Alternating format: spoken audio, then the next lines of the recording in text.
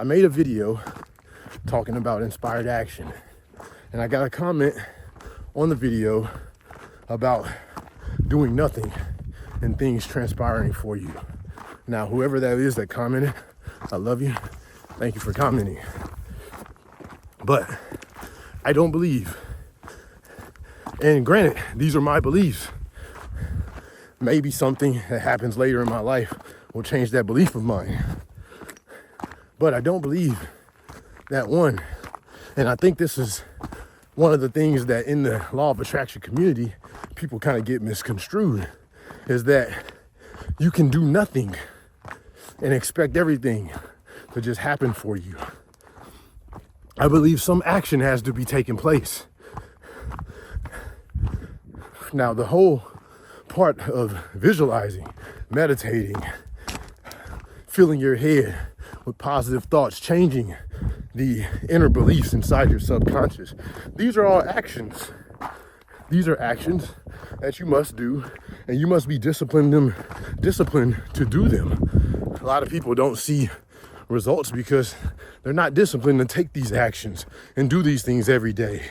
The human mind must be learned by repetition. This is how you learn pretty much everything you know. In school, they told you this repeatedly, repetition. So you must take an action for whatever you're trying to manifest into your life. Now, you want say you want a significant other. You want to manifest somebody in your life. You can visualize.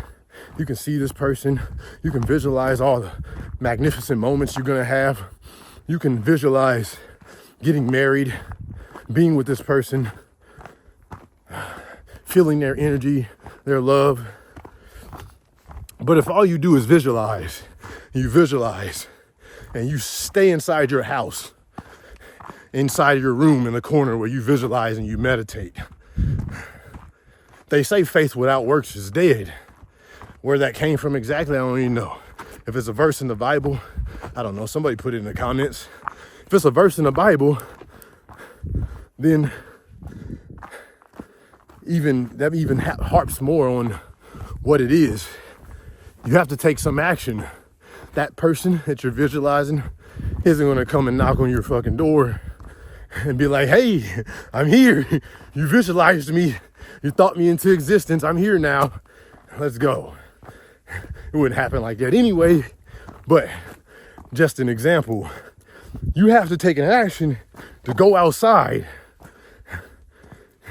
Now, while you're going outside, you're going to have inspired action to go maybe to this Starbucks instead of the one you normally go to. Or something's going to take you and have you do something else. For some reason, you're not going to know why, but you're going to end up at this different store than you normally do. Or something. The universe is infinite, so it could be there's an infinite possibilities on what could happen. But you're going to have to take some type of action. You can't just sit down and visualize and meditate all day long and expect something to happen. There's a spiritual law, the law of least effort. The law of least effort. Not no effort, least effort.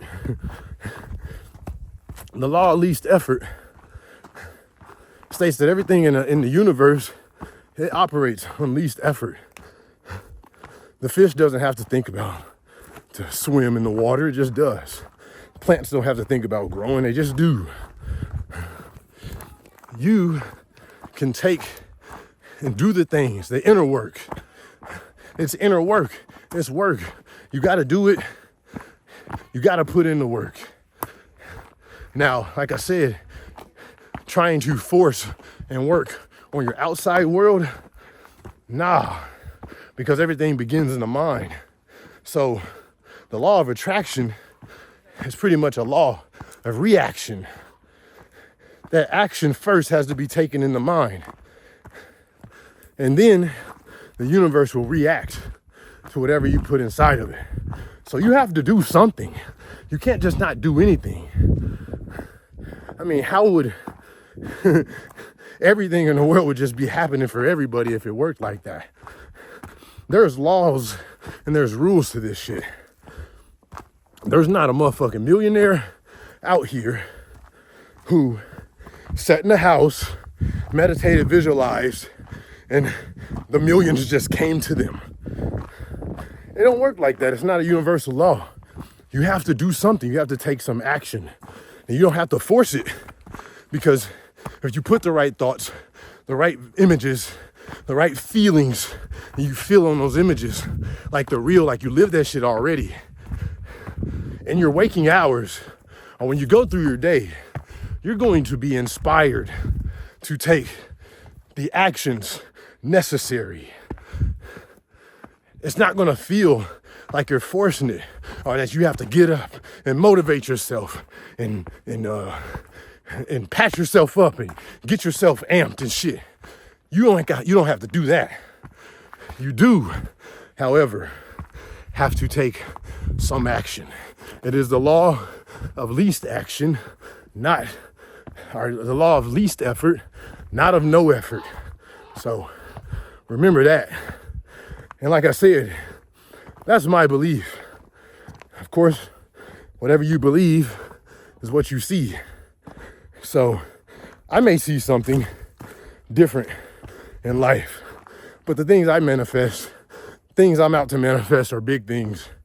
And I don't believe you can manifest these big things without putting in some type of effort, without putting in the action. I don't believe that's how the universe works. You must put your energy out there in one way, form, or another if you want the universe to bring it back to you. You got to put it out there. If you want money, money comes from a direct correlation of how much value you bring, how much value you give out. So if you're not giving out any value, you can look on the corners and the streets of America, wherever you live, and you see people out there, the people that are begging for money, begging for something.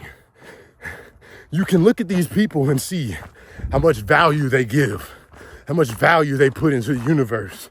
You can tell by looking at them. You must give some kind of value. The money you receive is in direct correlation of the value that you bring. So I say all this to say this. You got to take some action. You got to put in some effort. You got to put in some work. You got to put in the inner work. You're going to have to challenge yourself. You're going to have to do something. Maybe not challenge yourself. You know what? There are people out there who win the lottery. They manifest the winning of a lottery. There's a woman, I can't remember her name right now, but she is known for winning every sweepstakes that she participated in. How much effort and work she put into that? Well, I'm sure it was a tremendous amount of work on her inner state and on her mind.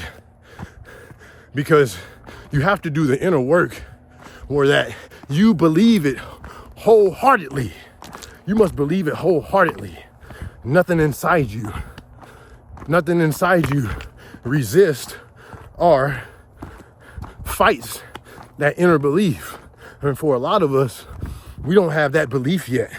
We must do a tremendous amount of inner work because we've been programmed with the opposite all of our lives. So that inner work is work. You got to put in the effort. You got to put in the effort to change the inner work. And then that will result into least effort on the outside. Not no effort, but least effort. Hello. So, this is Rob. I'll let y'all on the next one.